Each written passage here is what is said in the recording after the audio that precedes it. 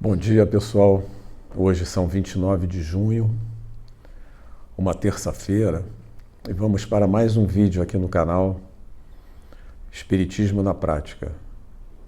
O nosso tema de hoje será: ninguém pode ver o reino de Deus se não nascer de novo. É um ensinamento de Jesus sobre a reencarnação. A reencarnação fazia parte dos dogmas dos judeus sob o nome de ressurreição. Só os saduceus, parte integrante da sociedade dos judeus, acreditavam que tudo acaba com a morte. As ideias dos judeus sobre esse ponto, como sobre muitos outros pontos, não eram claramente definidas, porque apenas tinham vagas e incompletas noções acerca da alma e da sua ligação com o corpo.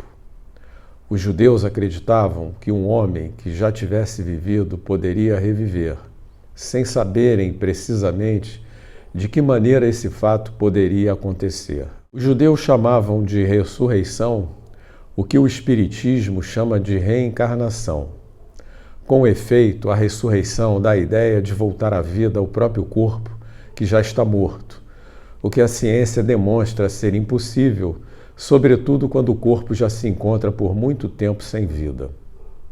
A reencarnação é a volta da alma ou espírito à vida corpórea, mas em outro corpo, especialmente formado para ele e que nada tem de comum com o corpo anterior. Entre os fariseus, que também eram um grupo de judeus, havia um homem chamado Nicodemos, senador dos judeus, era chamado rei dos judeus, uma pessoa muito importante na sociedade judaica da época, um homem de muitos recursos, de uma família muito abastada. O Nicodemos tem uma passagem com Jesus que eu vou passar agora aqui no vídeo, um trecho, mas só o trecho de Nicodemos para que a gente possa assistir e refletir sobre. É uma superprodução, é um vídeo de 5 minutos. Vamos assisti-lo.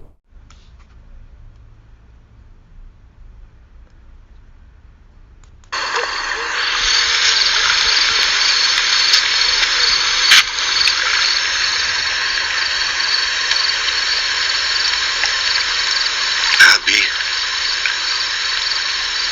bem sabemos que és mestre vindo de Deus, porque ninguém pode fazer estes sinais que tu fazes se Deus não for com ele. Na verdade te digo que aquele que não nascer de novo não pode ver o reino de Deus. Como pode um homem nascer sendo velho?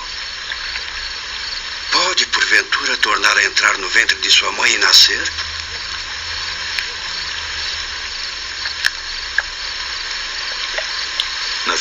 Na verdade te digo que aquele que não nascer da água e do Espírito não pode entrar no reino de Deus.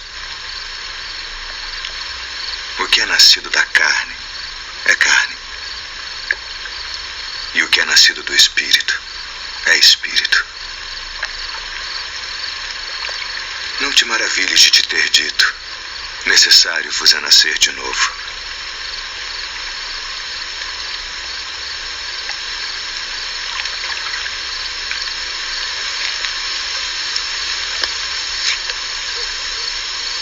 O vento assopra onde quer, e ouves a sua voz, mas não sabes de onde vem, nem para onde vai.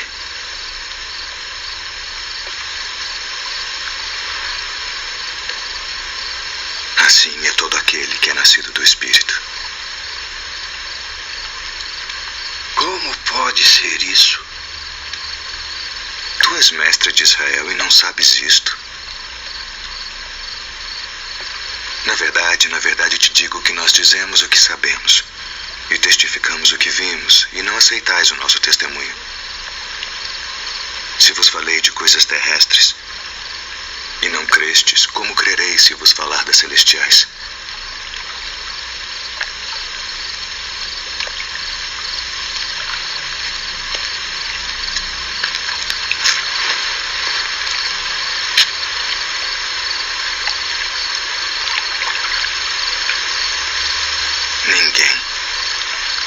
subiu ao céu, senão o que desceu do céu?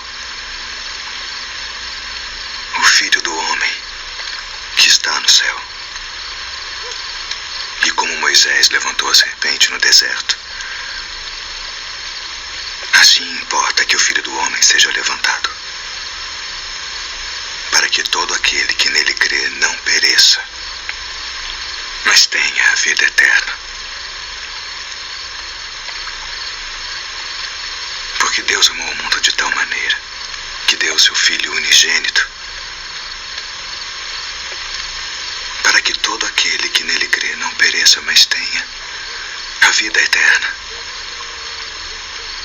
Porque Deus enviou o seu Filho ao mundo não para que condenasse o mundo, mas para que o mundo fosse salvo por ele. Quem crê nele não é condenado, mas quem não crê já está condenado, porquanto não crê no nome do unigênito Filho de Deus. E a condenação é esta: que a luz veio ao mundo, e os homens amaram mais as trevas do que a luz, porque suas obras eram más. Porque todo aquele que faz o mal odeia a luz, e não vem para a luz, para que as suas obras não sejam reprovadas. Mas quem pratica a verdade vem para a luz, a fim de que as suas obras sejam manifestas, porque são feitas em Deus.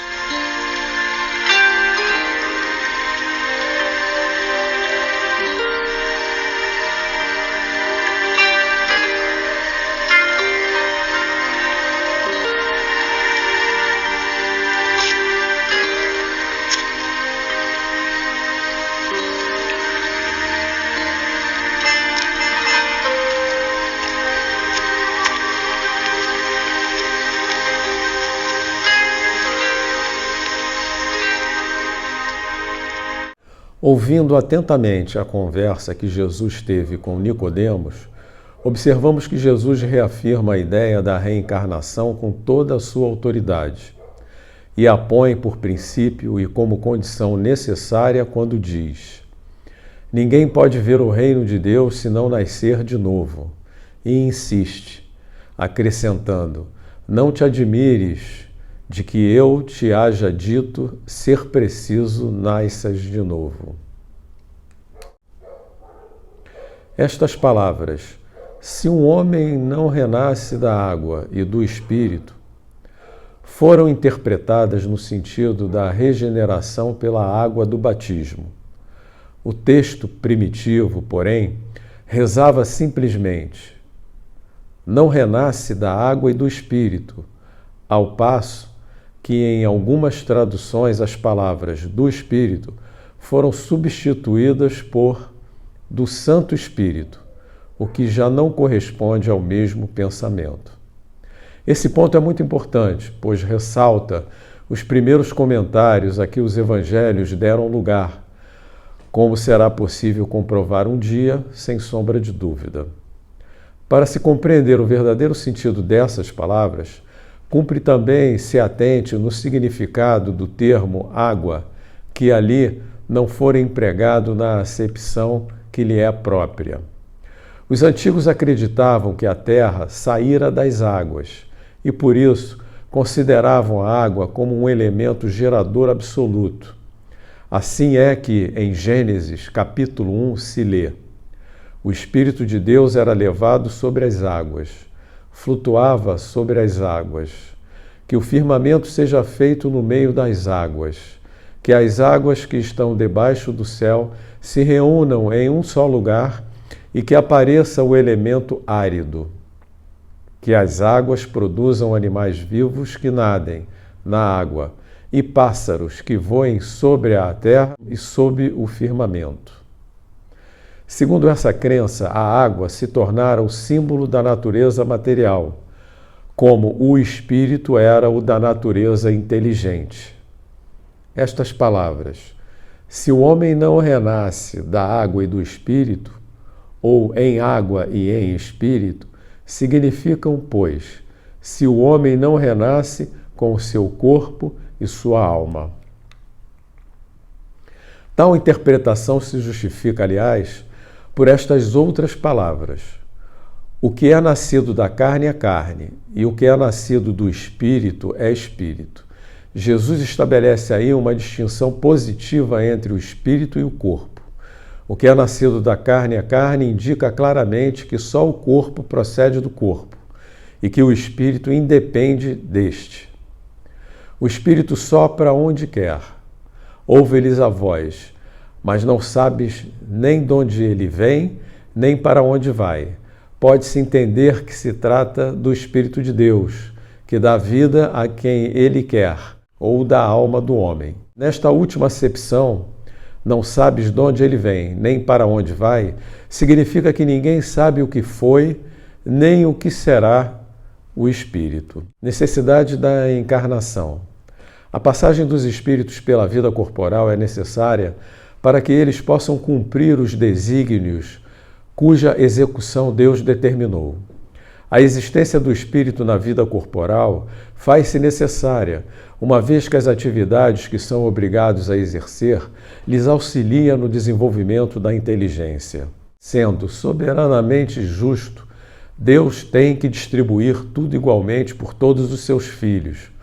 Assim, é que estabeleceu para todos o mesmo ponto de partida, a mesma aptidão, as mesmas obrigações a cumprir e a mesma liberdade de proceder. Qualquer privilégio seria uma preferência, e toda preferência uma injustiça. Porém, a encarnação para todos os espíritos é apenas um estado transitório. Viver encarnado é uma tarefa que Deus nos impõe quando iniciamos a vida, como primeira experiência do uso que faremos do livre-arbítrio. Os que desempenham com zelo essa tarefa transpõem rapidamente e menos penosamente os primeiros graus da iniciação e, assim, mais cedo gozam do fruto de seus labores. Os que, ao contrário, usam o mal da liberdade que Deus lhes concede, retardam a sua marcha e, tal seja a obstinação que demonstrem, podem prolongar indefinidamente a necessidade da reencarnação e é quando se torna um castigo. Isso foi dito pelo espírito de São Luís em Paris, em 1859. Para o espírito do selvagem, que está apenas no início da vida espiritual, a encarnação é um meio de desenvolver a sua inteligência também.